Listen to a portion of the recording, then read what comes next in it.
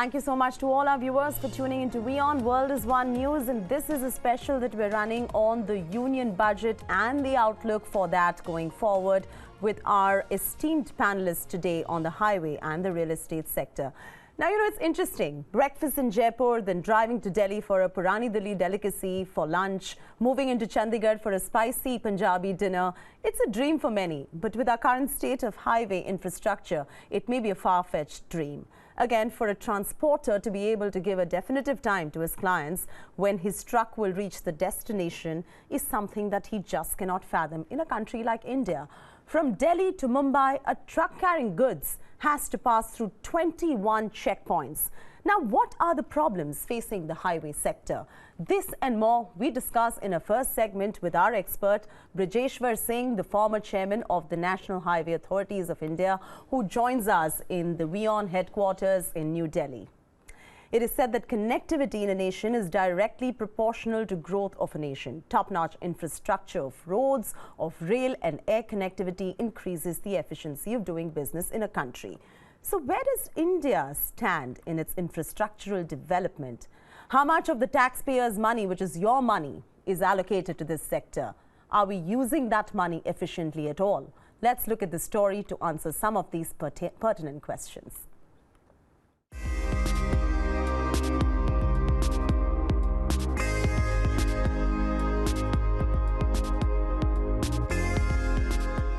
In the 2017 budget presentation, Finance Minister Arun Jaitley emphasized significantly on infrastructure creation, allocating 2.21 trillion rupees to the infrastructure sector and 970 billion rupees just for roads.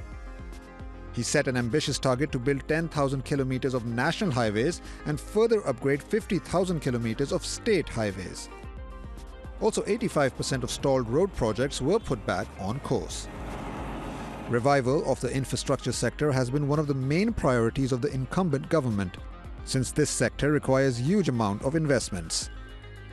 The government is focusing to increase public investment in infrastructure and introduce financial instruments that can aid in long-term funding. The government has also permitted 100% equity dilution after 2 years of completion of a project for national highways under public-private partnership. Despite several efforts, infrastructure sector faces immense funding issues. The financial position of developers and inflation continue to play stalemate. So what can one expect in a concrete fashion from the upcoming union budget for the infra sector? Initiatives and schemes may be announced for better connectivity through expressways. The National Highway Authority of India may be permitted to raise funds through tax-free bonds. Tax reduction on aviation turbine fuel could give the aviation sector the much-needed flip. Infrastructure sector is the backbone of any country, and in India, it still requires a lot of improvement and upliftment. With Chaiti Narula, this is Sahil Manikthala for WION. There you go. The facts as they are as far as the highways are concerned in India. Very important sector because this is a lifeline of any nation. I'm being joined by Brajeshwar Singh, the former chairman of National Highway Authorities of India, in our studios at the WION headquarters in New Delhi. Thank you so much for joining us here on the Union Budget Special. Really a pleasure to have you on the show. Thank you, Chaiti. It's a pleasure being here. Now, the highways are a lifeline of any nation, and you also know that time is money and connectivity is very important for the overall GDP of the nation as well. Nitin Gadkari had promised that 41 kilometers of roads will be built each day and only 17 kilometers per day is being built. What are the problems that the sector is facing, and why is it that we're so slow in our turnaround time? Well, this is a budget session, and I think we should do a little bit of arithmetic to understand where the sector is. A kilometer of highways costs something between 6 and 7 crores, which means you're really talking about $1 million per kilometer. Now, if you want to build 40 or 40 plus kilometers per day, that's about $40 million. Multiply that over 365. The sums are quite colossal. It's beyond the capacity of the union budget to provide that kind of money. We can't expect Mr. Jaitley to do this at the end of the month. So the question arises, if we're talking very big about highway expansion, which, as you put it, is the lifeline of the nation, along with railways, which are even more important, the question is, where's the money going to come from? And if you read all the statements made by the Union Finance Ministry, they are talking about infrastructure requiring something like $50 billion a year. And highways would take part of that, power would take a major chunk of it, maybe half would go to power. But you don't have funds of this nature in the union budget, and you probably won't for a number of years. So you're looking for foreign investment, you're looking for raising investment from the private sector. The old model which the highways were using, which was a PPP model, had virtually everything coming in from the private sector, equity plus debt. The highway authority was just providing the land. That model hasn't worked. We've gone into a hybrid annuity and an EPC model where we are funding some things on budget and we are funding some things through an annuity payment, but with equity being brought in by developers. So as we had mentioned a little while ago, the health of the developers, the health of the people who are putting money into this is very important. And the second issue is, are we going to get enough foreign investment? Foreign investment has been going at the rate of about $2 or $3 billion a year in the infrastructure sector. That's clearly inadequate considering the sort of tasks we have. Government has had a number of initiatives, infrastructure bonds. They permitted infrastructure investment trusts, which haven't taken off. They've tried their best to have more and more ways of attracting more investment. Once you're attracting more investment, investment doesn't come in free. You have to have tolling to be able to pay this back, and there's a lot of political resistance to tolling. So I think the problems of the highway, where's the money going to come from? If you want private investment, and these sort of budgets will be 70 to 80% private investment, you need toll revenues to be able to return that money, and you need the political will to impose tolling. People don't want to pay tolls, and we've already had agitations on it. This is the political problem. As far as the authorities are concerned, it's a question of getting the land development and getting the land acquired and getting the state government on board. You know, two things to this. You mentioned that from PPP model, which is a public-private partnership, is not a viable option for the government anymore. And you said EPC mode, which is the engineering, procurement and construction mode for national highways, which of course is not viable on a PPP basis, is something that the union government will be adopting. The 12th five-year plan is also envisaging construction of 20,000 kilometers of two-lane national highways projects through the EPC mode. First things first, are we on track with that plan? Do we see any kind of an indication coming in from the finance minister as far as that plan is concerned under the 12th five-year plan? The other thing you spoke to me about is the fact that the government has not been able to complete these projects because of the impediments that they are facing in terms of where does the revenue really come from to make that kind of an expenditure. You know, the Lucknow-Agra Expressway, it was completed in a record 23 months. What did we do right at that point of time that we're not being able to do at this point of time as well? Well, the Lucknow-Agra Expressway was in a single state. It had no compulsion of trying to raise toll revenue and to be able to return the money. It was done entirely on budget as an EPC thing. However, if you look at the Lucknow-Agra Expressway, it's relatively easy to do. Roads have been done in 18 months if the land is all available. So 23 months isn't really a record in that respect. I think you can do roads in less. But the Lucknow-Agra Expressway is also interesting because one of the first questions you raised in the intro was, what about speed? Now, speed comes only if you have sufficient road width and if you have segregation of traffic. The Lucknow-Agra Expressway is an expressway to the extent there's very little traffic on it. Once traffic builds up and you've got mixed traffic, it's a very bad model to follow because you don't have service lanes on this road. I think the roads which are really examples for the nation are things like Panipat-Jalandhar, which is 350 kilometers, 6 lanes of the highway, plus 2 lanes on each side. So there are 2 lanes of service road in each direction. So there's something like 10 lanes. On a highway like that, the slow-moving traffic and the local traffic is on the service road, and the fast-moving traffic is on the expressway. You have virtually no accidents. In fact, the Lucknow-Agra Expressway, though it was done at express speed, isn't an expressway for the future. It isn't a particularly good model, and it's rather unsafe. Okay. And it will become even more unsafe as traffic picks up. Right. So just to give a sense to our viewers, India is a developing market going on to becoming a developed nation in a couple of years' time as well. India currently has about 3.2 to 3.5 million kilometers of roads, of which only 1.5% are highways. Now, these carry 40% of the traffic. Don't you think, Mr. Singh, we need some sort of a reversal on that front as well?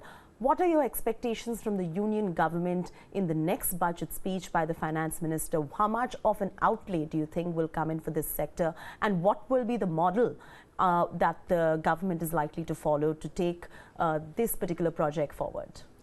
I think the outlays which have been promised in the last budget, we'll be able to check in this budget how much actually got spent.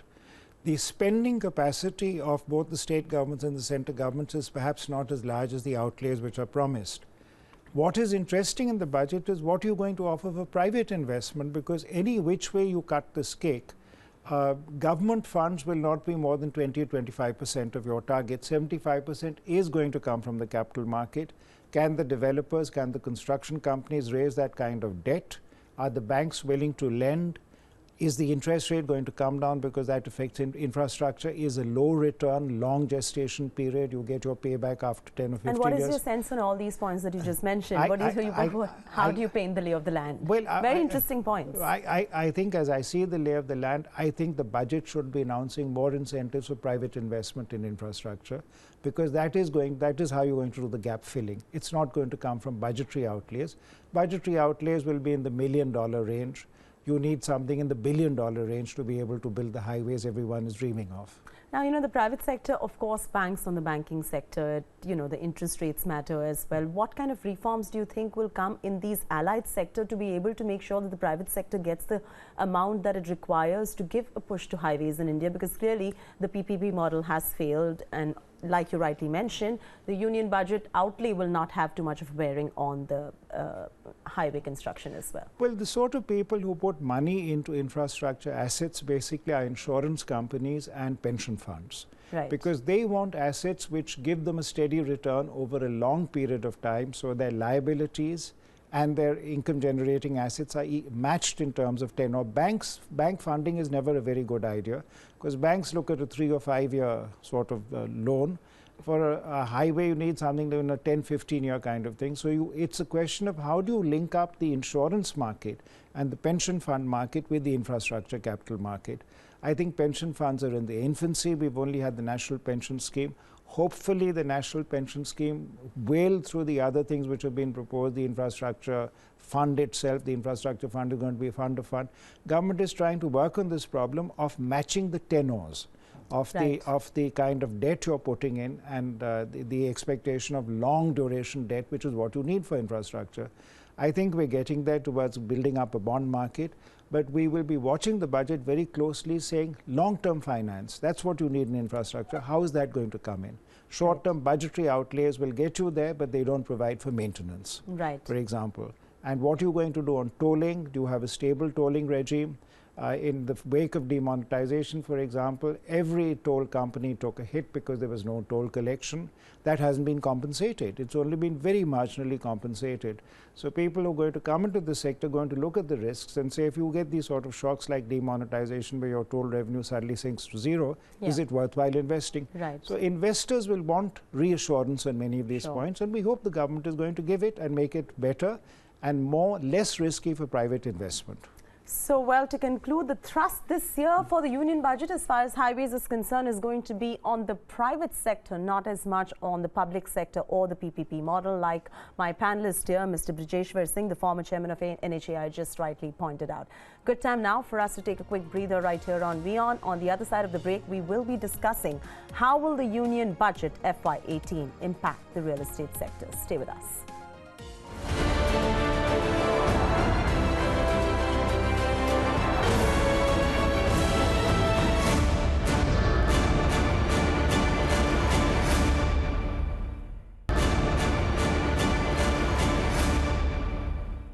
Thank you so much for staying with us right here on WION. World is One News, and you're tuned into the Union Budget special that we are carrying on WION.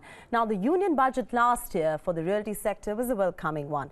The measures announced in the budget gave a huge boost to the real estate sector. Until, of course, as we all know, demonetization took center stage and massively hit the valuations of this cash-based sector. Let's take a further look at the story, and then we will be joined in to the studio with Tapan Sehgal, who is the Executive Director of Lotus Greens.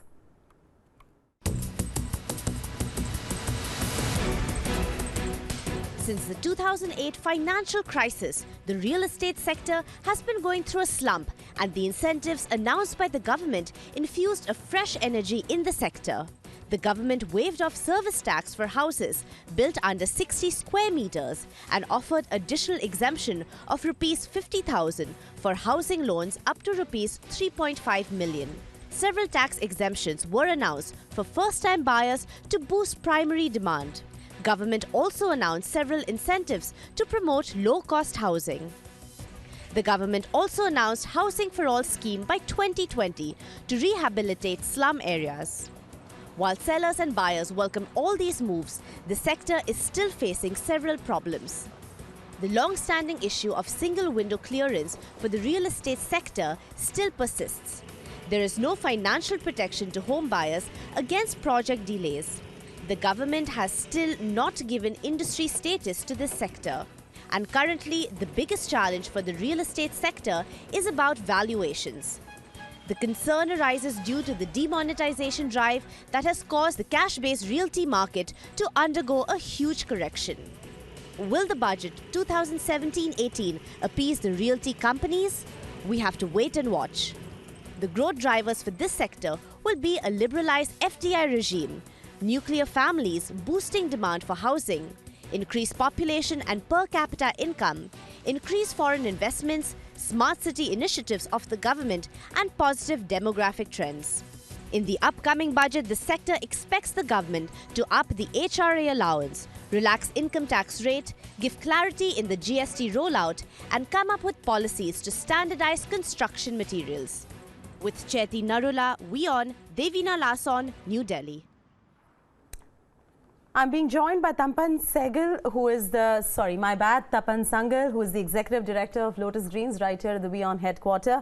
Mr. Sehgal, thank you so much for joining us firstly for the Union Budget Special on the real estate sector. Now, there are a rising number of young people in India. As you know, majority of our Indian population is dominated by youth. Now, they all want to go out there, they're aspirational lot, want to buy a house. The biggest problem is, how do I buy a house? I lack money. That's where the status of low-cost housing industry in India takes center stage. Whether affordable housing is available and the kind of loans that one requires to buy houses is also available or not. So let's first paint the picture of the real estate market on that front before we come to what we can expect from the union budget this year.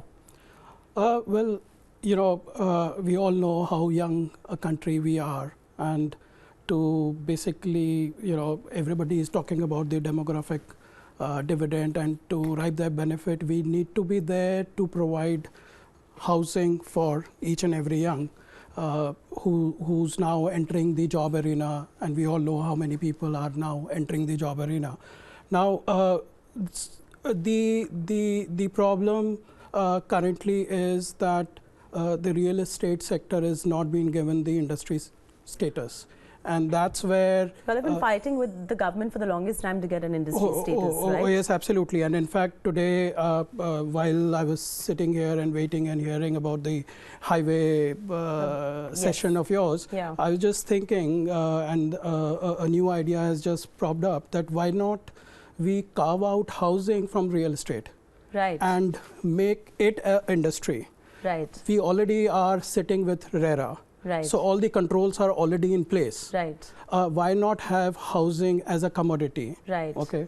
I don't mind. I mean, I'm just throwing it. Please have it as part of the essential commodity. You have also made a very, very strong case for the single window clearance that most players like you require as well. Oh, absolutely. That's another thing. That's hanging fire for the longest time as well. So if we want 2022 a reality for housing for all, right, we need to think out of box. Right. And I'll not be surprised, because we know Prime Minister is surprising all of us. So don't be surprised if this actually happens. Sure. Where housing is carved out of real estate. Right. Real estate only remains retail, commercial, and hospitality.